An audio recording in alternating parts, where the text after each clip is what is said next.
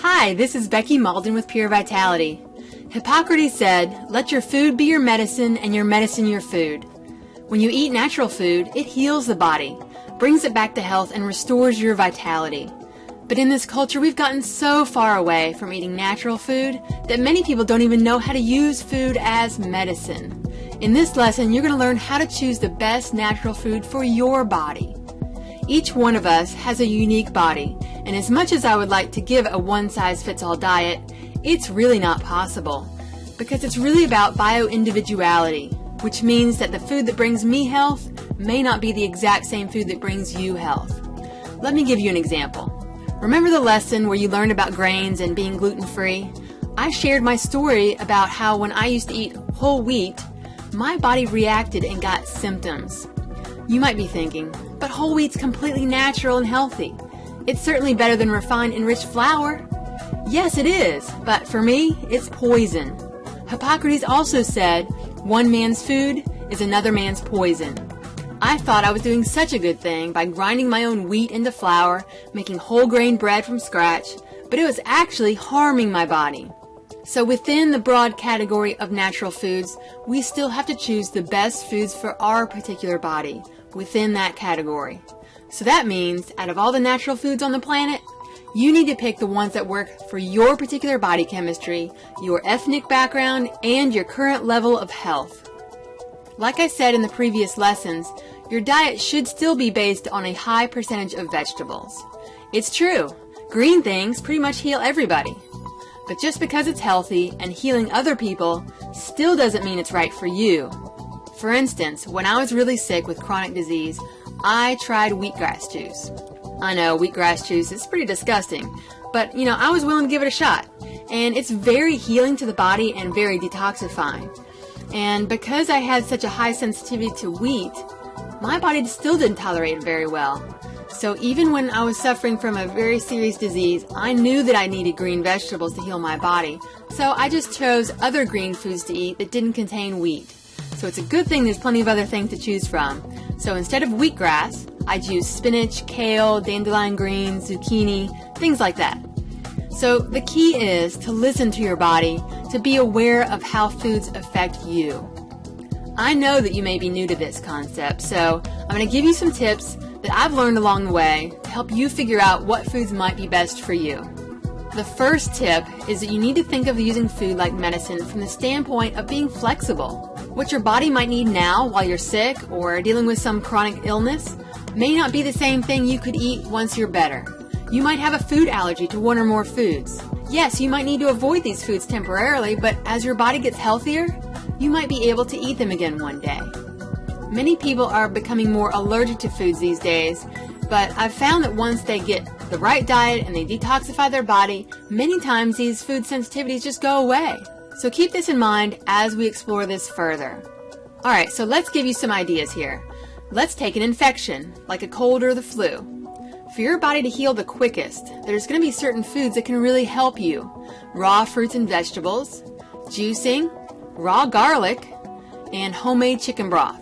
These are the foods that I'll start eating when I feel the tiniest start of a cold or sore throat. But it's best to avoid foods like bread, grains, starchy vegetables like potatoes, even natural sweeteners, and dairy products. These foods are going to create more mucus, and they're going to slow down the body's healing process.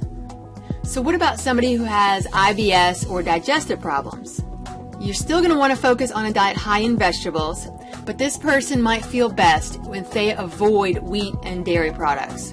It's best to use lots of homemade chicken broth liberally in the diet, along with things like fermented vegetables that will supply the body with natural probiotics to help heal the lining of the digestive tract. Food combining can also help. What about somebody with a thyroid or adrenal problem? They should really avoid gluten and dairy, but also they should avoid natural sweeteners such as raw honey because that can be too stimulating to the adrenals.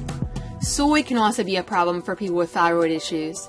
And you also don't want to do too many large amounts of cruciferous vegetables because raw cruciferous vegetables like broccoli and cabbage and cauliflower, they can affect thyroid function when eaten in large amounts. Another great thing to add is mineral-rich sea vegetables to supply iodine to the thyroid, along with seafood such as wild-caught fish. What about somebody who's overweight? Avoiding gluten and dairy, and even most carbohydrates, can be very beneficial. I've seen many people lose weight dramatically when they eat a diet that's high in raw foods. It needs to be 80 to 100% raw for that to happen. Another great thing is raw apple cider vinegar. You can dilute it with water and drink it throughout the day because it can help boost your metabolism, help supply your body with enzymes, and helps normalize weight. If somebody has a fungal infection, such as yeast or candida, they shouldn't eat any sweets of any type, even raw honey. The only sweetener that doesn't feed yeast is stevia. Even fresh fruit can be bad for somebody with this health problem. Bread and carbohydrates should also be avoided until the yeast is gone. So this person would be best eating a diet of mostly vegetables, some clean protein, nuts, seeds, and healthy fats. What about somebody with diabetes? They should avoid all natural sweeteners and most fruit. The only sweetener they can use is stevia. Low glycemic fruits are fine, such as berries and green apples. Actually, an all-raw vegan diet has actually reversed diabetes for many people. You know, that's how you can really use food as your main healing method. People with arthritis might find that nightshade vegetables aggravate their pain levels. These are tomatoes, eggplant, bell peppers, and potatoes. Avoiding these foods might provide significant pain relief. It's certainly worth a try. What about cancer? Those with cancer might find avoiding animal protein allows their body to fight the cancer more effectively. Juicing fresh organic vegetables is highly beneficial and supplies the body with enzymes that it might be lacking, as well as the alkaline minerals that the body needs to be healthy. Eating only organic foods is extremely important for somebody with cancer. And raw food vegan diets have been used by many people for reversing cancer. Keeping a food journal is the best way to become more aware of your body and how it responds to the food that you eat. Just get a small calendar and write the food that you eat each day, and along with the symptoms you experience right beside it.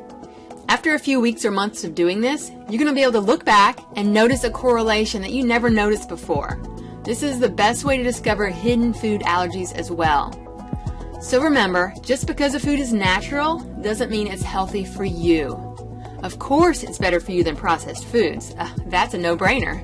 But using food as your medicine is a powerful way to keep the body in balance and for you to achieve vibrant health. Thanks and be well.